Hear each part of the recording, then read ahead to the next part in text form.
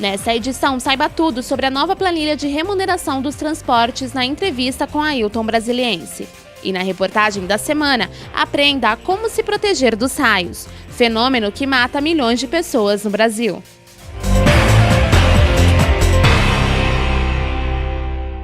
Prezadíssimo telespectador, está no ar mais uma entrevista do Jornal do Engenheiro na TV, uma realização do CESP, Sindicato dos Engenheiros no Estado de São Paulo. Tema de hoje, mobilidade urbana. E para conversar conosco, recebemos o presidente da Associação Nacional de Transportes Públicos, Ailton Brasiliense Pires. É um prazer recebê-lo aqui. Eu que agradeço. Muito obrigado.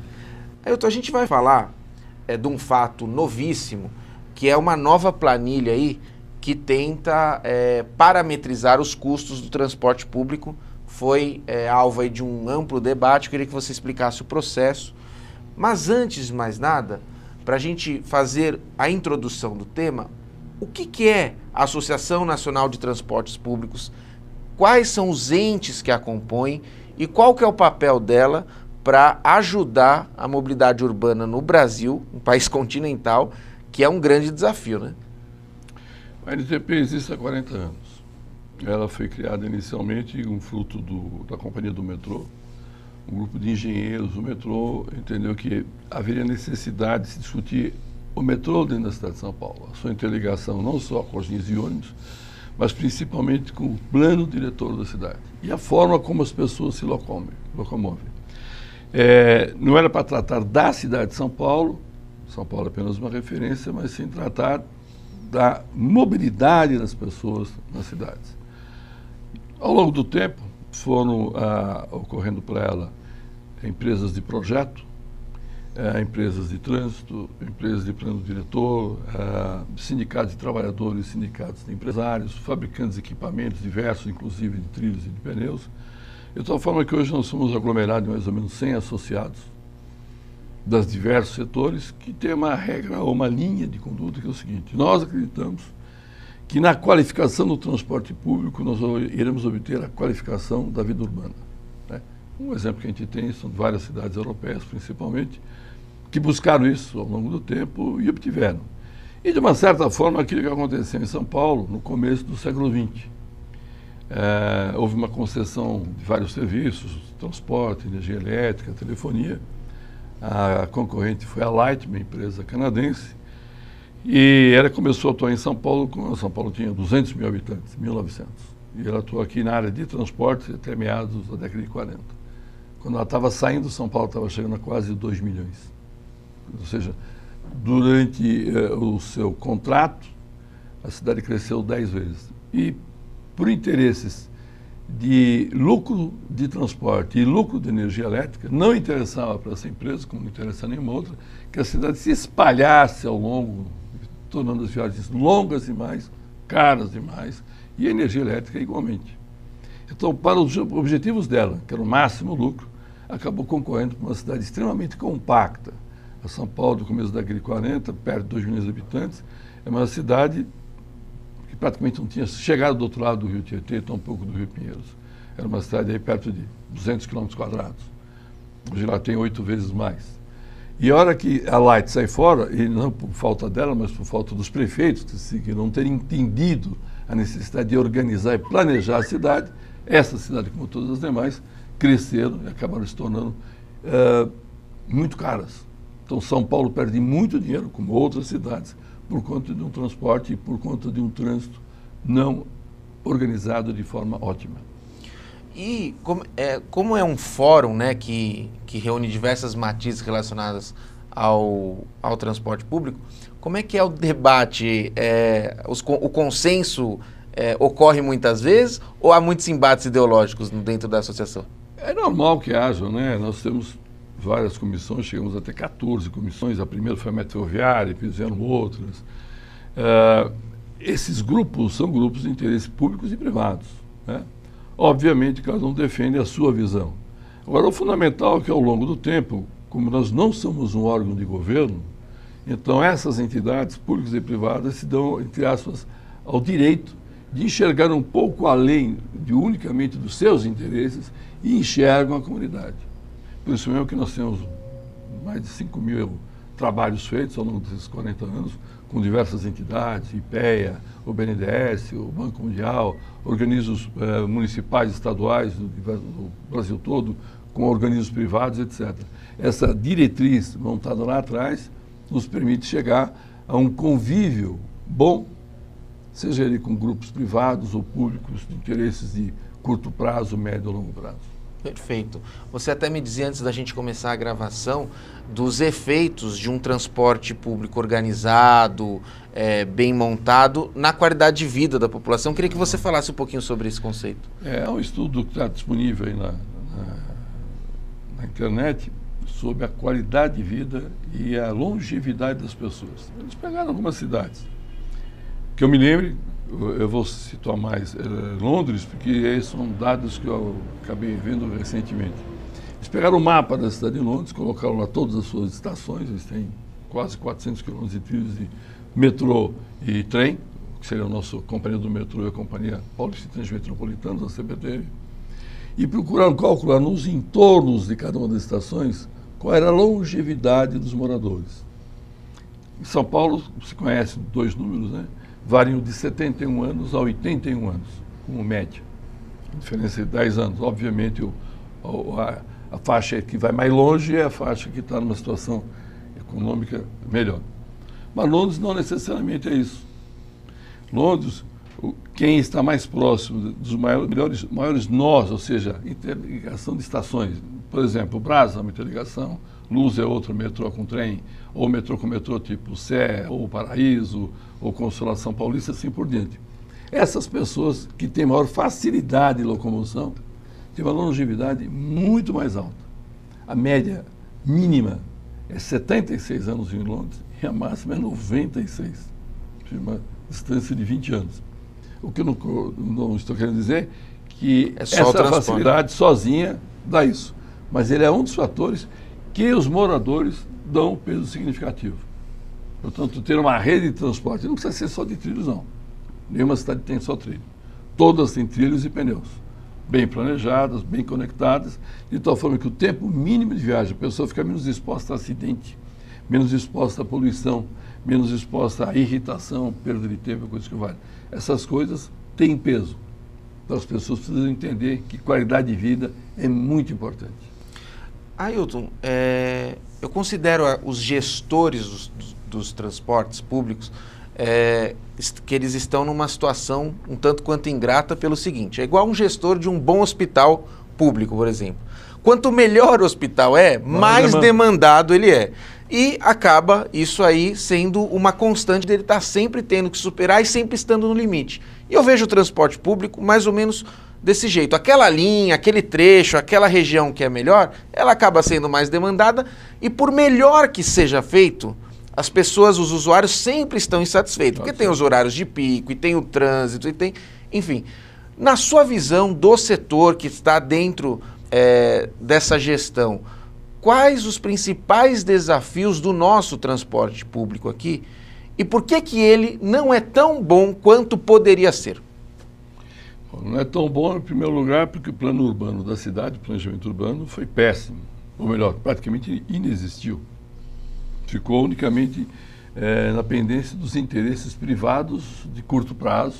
O cidadão que vai numa região praticamente não tem nada, portanto, o metro quadrado ali é baixíssimo. Ele compra, faz um loteamento e enche ali de sobradinhos, ou casas térreas, ou predinhos, ou coisa que valha. É a região de Itaquera, né? E esse pessoal tem que se deslocar para uma região outra para trabalhar. Porque lá não tem emprego. Esse cidadão que foi lá fazer um conjunto grande de habitações, ele não está preocupado se tem padaria, açougue, farmácia, se tem emprego para as pessoas. Ele foi lá capitalizar o seu dinheiro. E como o poder público sempre foi ausente, deixou cada um fazer o que quisesse, então, quando a estação Itaquera foi inaugurada, alguns anos antes, havia uma certa conjunto de pessoas que moravam ali. Após o metrô chegar em Itaquera, 10 anos depois, a população praticamente duplicou. Nós tivemos conjuntos habitacionais de 600 prédios ou coisa que valha. É impossível. Só que a oferta de emprego não cresceu na mesma proporção. Então, você tem regiões na cidade que para cada 10 pessoas tem um emprego. E tem outros que para cada emprego você tem 10 pessoas. Quer dizer, ter deixado, não essa cidade, a maioria das cidades é a mesmíssima coisa, muda um pouco os números. Os gestores públicos que passaram pelas cidades brasileiras, que não conseguiram enxergar isso, o que é que foram fazer na ocupação desse cargo público? A coisa mais óbvia desse mundo é que as pessoas precisam morar, moradia, comércio, serviços, indústria ou não, eles estão numa relativa distância aproximada. Não só da garantia do emprego, da presença, ou seja, da não falta, mas pelo tempo que as pessoas demoram, né? Em 1950, São Paulo tinha 2 milhões de habitantes, o tempo médio de deslocamento das pessoas, médio, era 10 minutos, médio. Hoje é praticamente 70 minutos.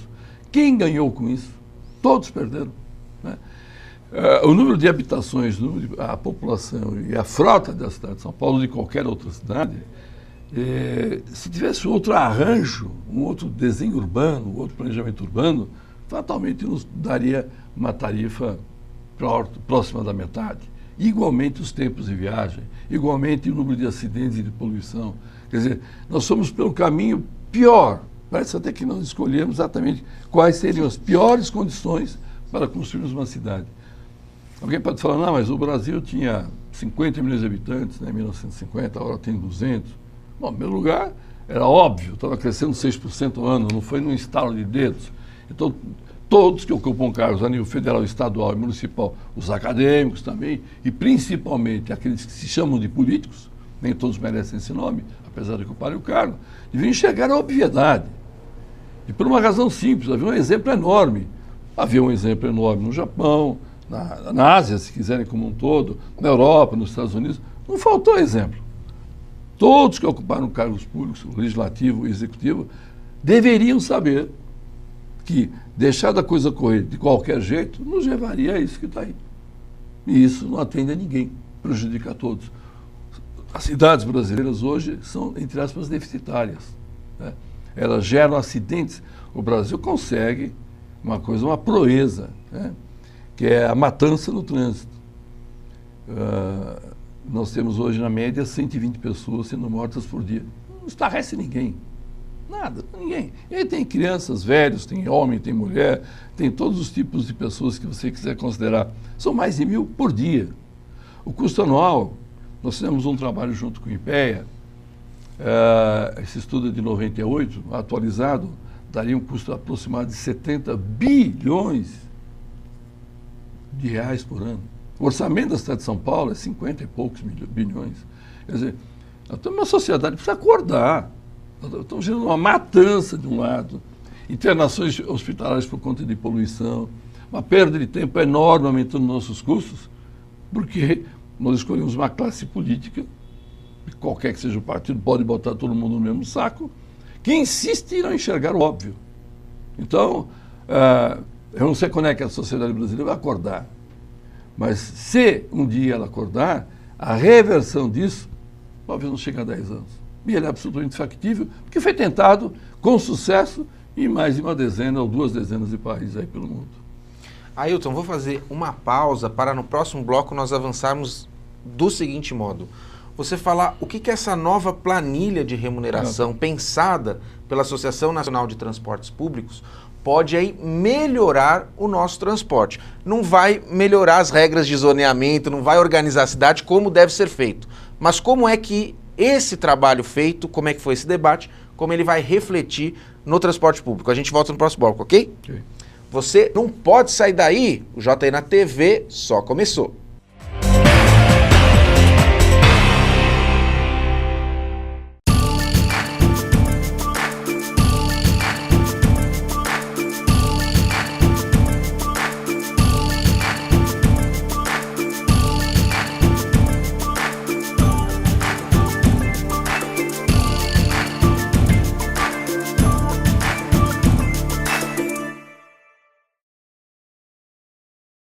Sua ART pode beneficiar o Sindicato dos Engenheiros. Ao preencher o formulário da ART, não esqueça de anotar o código 068 no campo Entidade de Classe.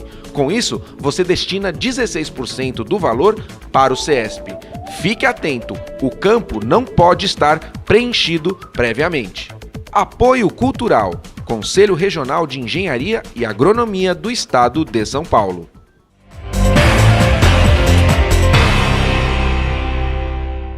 Estamos de volta na entrevista do Jornal do Engenheiro na TV e o tema transporte público. E eu converso com Ailton Brasiliense Pires, que é presidente da Associação Nacional de Transportes Públicos. E uma informação, no dia 21 de agosto de 2017, a Associação Nacional de Transportes Públicos apresentou em São Paulo uma nova planilha de custos dos serviços de ônibus no Brasil. O documento conta com uma nova metodologia e relaciona 36 itens básicos que causam impacto nos custos de prestação de serviços de transportes. Ailton, por que uma nova metodologia? A outra já não mais funcionava? Bom, a anterior foi desenvolvida pelo GEIPOD, com apoio de entidades públicas e privadas, entre elas a própria NTP, em 1983, e ao longo do tempo ela foi sendo atualizada. A última dela foi em 96. Era uma planilha bem estruturada, mas evidentemente ela não abrangia todos os aspectos, pelo menos comparado com essa que nós temos agora. Essa aqui começou a ser revisada em 2013, com a participação da Frente Nacional de Prefeitos, o Fórum Nacional de Secretários de Transporte Público e Trânsito, a ANTP e a Associação Nacional de Transportes Urbanos, a ANTU, né, que tem sede em Brasília. Nós começamos isso no final de 2013, trouxemos algumas dezenas de pessoas aí do Brasil todo, em todas as áreas. Levamos 4 anos, o que mostra que não foi fácil. Hoje nós temos uma fórmula paramétrica, mais de 2 dezenas aí de parâmetros, que não só estão colocados, mas para cada um deles é alocado uma faixa em que ele opera. E tudo isso para levar em conta as grandes diferenças que nós temos no Brasil, em termos de população, em termos de desenho urbano, que influi muito na questão da construção, né, do custo da tarifa. E ela hoje está no estado, foi bastante testado, nós usamos pelo menos quase 30 outros contratos já existentes para fazer a aferição. Evidentemente ela será a partir de agora posta à prova nos contratos que deverão existir. E ela é hoje a maior e a melhor referência para a questão tarifa, ou anterior a ela, o custo. E seria fundamental que os organismos públicos, tanto os tribunais de contas dos estados, ou tribunais de contas dos municípios, alguns têm, como o Ministério Público, conhecessem a formulação, o trabalho, para que eles possam ajudar o poder público na definição, não da tarifa, mas de uma faixa em que ela pode atuar, onde fica muito claro, para determinada qualidade de serviço ofertado, qual é o custo que está amarrado com ele. Eu acho que o Brasil hoje é um outro. Sempre se falou que tarifa é uma caixa preta, aqui em São Paulo se falou até alguns anos atrás. Nas administrações anteriores aí nós tivemos, acho que, a abertura dessa tal caixa preta. Hoje se discute cada um dos parâmetros. Em São Paulo já não se fala mais em caixa preta, até porque realmente em São Paulo não é. Em maioria das outras cidades continua sendo... Ninguém sabe ao certo qual é o custo, né? É pior ainda, o prefeito de uma cidade de 100 mil habitantes ou 200 mil habitantes pergunta para uma outra cidade de 200 mil habitantes que ele acha que culturalmente, em termos de recursos financeiros, é similar, e bota a tarifa, independente de qual é o custo da cidade dele. Hoje será possível calcular de cada uma delas. Até essa planilha não é a definitiva provavelmente virá daqui com a prática efetiva, né, de contratos, mas acho que em 5, 10 anos ela deverá estar reformulada, mas 80%, 90% dela foi um avanço. São pontos que a gente tem certeza que ela avança, não recua. E finalmente saberemos exatamente. Tem que ficar claro que o empresário tem que ter um lucro. Afinal de contas, ele é um empresário, não é um agente público. Tem que ficar claro quais são os compromissos de qualidade que ele tem que oferecer. A população tem que ser muito bem informada sobre as condições, né? Há pouco tempo, uma cidade do Rio Grande do Sul fez uma pesquisa para saber se o usuário queria, por exemplo, ônibus de piso baixo, motor traseiro, se ele queria ar-condicionado, se ele queria uma formação de alguns terminais para poder baratear o custo. E para cada situação, falou, bom, se você quiser isso, a tarifa será tal. E foi. É uma proposta, por enquanto ela está localizada nessa cidade gaúcha, mas eu acredito que a gente deva caminhar para isso. Pode virar o tom de dialogar mais com o Mas usuário. para isso você precisa saber exatamente quais são os custos que são incorporados, se você põe ou não o ar-condicionado. Se você faz o acesso ao Wi-Fi, se você faz uma integração, se você dá gratuidades, cada gratuidade custa. Porque a gratuidade significa que alguém não paga. Se alguém não paga, um outro paga. Então esses que vão pagar terão que estar de acordo com as gratuidades que são oferecidas.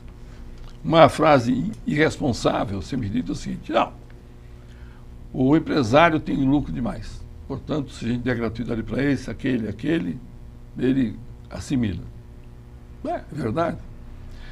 De cada 100 passageiros na cidade do Rio de Janeiro, mais de 30 não pagam. Alguém perguntou para os outros 70 se eles estão de acordo em pagar por aqueles 30? E não é só o Rio, não. O Nordeste é acima de 40.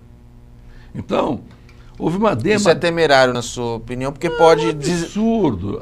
desestabilizar economicamente. Existem demagogias que custam caro. Por exemplo, a tarifa gratuita para quem tem mais de 60 anos ou 65. Quem diz que todos estão na mesma situação financeira? Quer dizer, um cara que ganha abaixo de R$1.000, talvez ele mereça. Mas quem ganha 10 mil precisa de uma tarifa gratuita? Aí talvez a isenção não deveria ser por faixa etária, deveria ser por renda, por exemplo. Provavelmente, porque você identifica um cidadão que você assume que ele não pode pagar. Mas como é que você assume isso aí? Não, porque ele tem uma aposentadoria de 1.000, mas ele pode ter outras fontes. Pode não ter. Então esse merece. Né? Então, gratuidades precisam ser feitas com muito cuidado. Normalmente você gera, de um lado, demagogia, para alguém se eleger prefeito ou vereador, ou mais que isso, e do outro lado, uns sobrecustos, para quem não tem nenhuma obrigação de arcar com isso, não. A mesma coisa vale para estudante. Se generalizou. Houve algumas cidades que davam 4 passes por dia, qualquer que fosse o dia, férias, feriado, etc. E tal. Tem que ter um limite, porque isto significa custo de um lado e que um outro vai pagar. Se isso é razoável, então que se faça uma avaliação com quem vai pagar, você está de acordo. A planilha bota tudo isso em questão. Cada item que você considera lá está alocado, está parametrizado, tem seus mínimos e tem seus máximos. Então, nós da NTP, nós entendemos, não só da NTP, do Fórum dos Secretários, da Frente de Prefeitos e outros mais que estão junto conosco, entendem o seguinte: a questão tem que ser colocada para cada sociedade. Ela tem que tomar essa decisão. E tudo bem. Vai ter corredor de ônibus? Tem que ter. Tem que ter. Por quê? Porque baixa custo. Aumenta a velocidade comercial, baixa custo. Isso é fundamental. Hoje, qualquer cidade brasileira na faixa de 200 mil tem pelo menos meia hora de congestionamento pesado. Por motivo simples. As cidades não foram planejadas para essa frota de veículos. Aliás, não foram e nem deveriam ser. Seria uma estupidez. Né? Você tem que transportar as pessoas da forma mais confortável, mais segura e mais barata. E mais coletiva ainda. Que evidentemente não é o automóvel. É um transporte coletivo que precisa ter qualidade. E é possível ter qualidade. Então é o metrô de São Paulo, por exemplo. Não é só. Né? Ou seja, a qualidade do transporte público ela tem que ser um desejo factível. É possível. Então, as cidades não foram planejadas, não deveriam, e precisam rever as suas formas de uso. O que não significa que é uma guerra contra o carro. O carro, bem-vindo, desde que ele fique dentro dos seus limites. Hoje ele está colocado de forma ilimitada. Tá? Cada um acha que pode se dirigir a qualquer momento, em qualquer lugar, com pleno acesso. Isso não existe.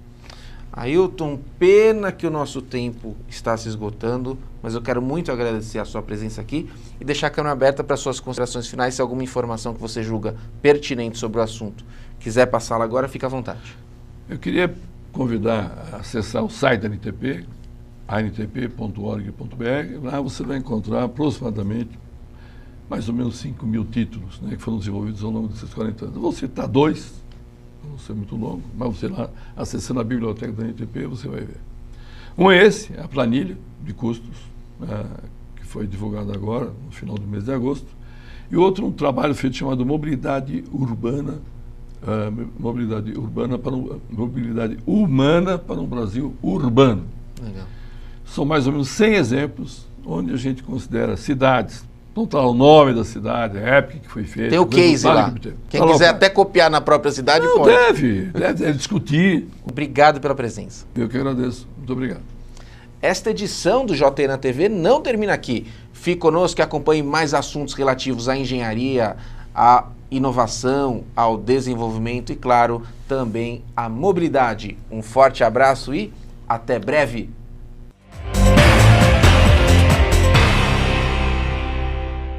A primavera e o verão, as estações mais quentes do ano, são também um período de alerta para a população brasileira. Isso porque 90% dos 50 milhões de raios que caem no Brasil são registrados neste período. O país é líder mundial na incidência deste fenômeno. Segundo o Grupo de Eletricidade Atmosférica do Instituto Nacional de Pesquisas Espaciais, a cada 50 mortes por raio no mundo, uma acontece no Brasil. A explicação é geográfica. O Brasil é um país muito extenso e a maior parte do seu território fica na região tropical do planeta.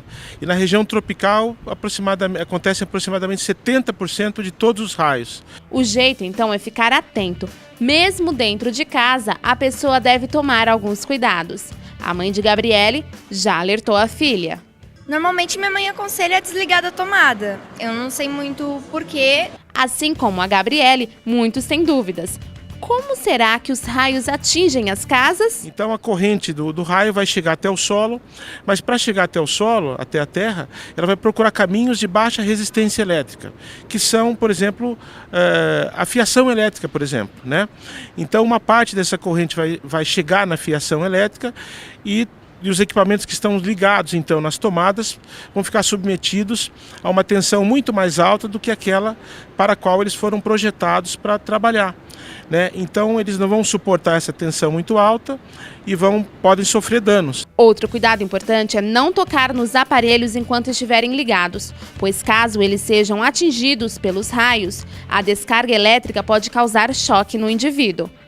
Mas esse engenheiro alerta que muitos acidentes poderiam ser evitados se as pessoas respeitassem algumas normas. É obrigado a fazer um aterramento do neutro na entrada do prédio. Está cheio de prédio sem essa proteção. Se o neutro quebrar na rua, você vai jogar 220 dentro das casas onde está 110. E pode queimar toda a instalação. O que o pessoal muitas vezes reclama? Que a concessionária não paga o prejuízo causado. Se quebrou esse neutro, ela tem que pagar? Depende. Se eu tenho um terra aterrado, conforme determina a norma, conforme a concessionária exige. Para saber mais sobre este e outros assuntos, acesse o portal do CESP na internet.